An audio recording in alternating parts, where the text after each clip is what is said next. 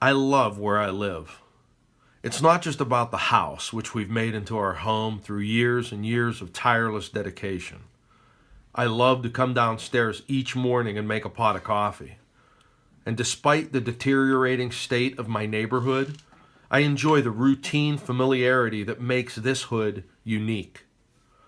And I love my community, not just the city in which I live, that I've called home for more than 20 years, but the region in general. Southwestern Pennsylvania and the Mid-Monongahela Valley have, for better or worse, helped to shape me into the person I am today. There's more good than bad, in my opinion. While we all tend to hyper-focus on the negative and dwell on how bad things tend to get, there are many, many of us who want to accentuate the positive and work toward making a future where our children and theirs can live happy, healthy, and peaceful lives. As a former teacher, I understand the struggles that classroom educators face on a daily basis. High expectations, low pay, and being stuck in the middle of providing quality education and adhering to mandated requirements, many of which completely take the focus off of actual classroom instruction. While I've been out of the classroom for some time, I remain close with many of my former colleagues, all of whom understand the importance of learning and none of whom are motivated by money. Next to parents, teachers have the greatest influence in our children's lives. The fact of the matter is that all of them should be making at least double what they are. You disagree?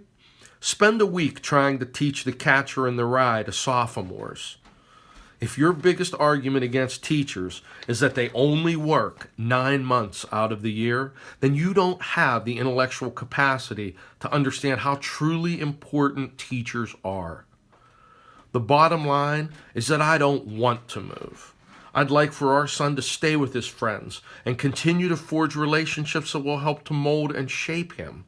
But I'm concerned that he is not being afforded the same opportunities that other teenagers in this area are, especially from an educational standpoint.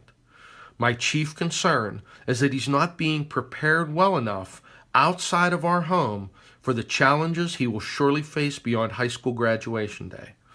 Do I have all the answers? Absolutely not. But I've listened to others who have suggestions, and I've spent a good bit of time immersed in the culture of the educational system. And I believe that things in general can and will get better.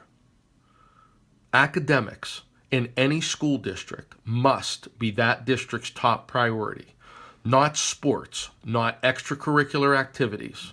Academics, because learning should be at the core of everything we do.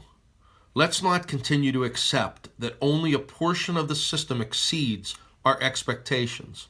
Let's remember that every single child should be afforded the same opportunities across the board. If that goal cannot be accomplished through current practices, then it's time to change course. At the very least, for our kids' sake.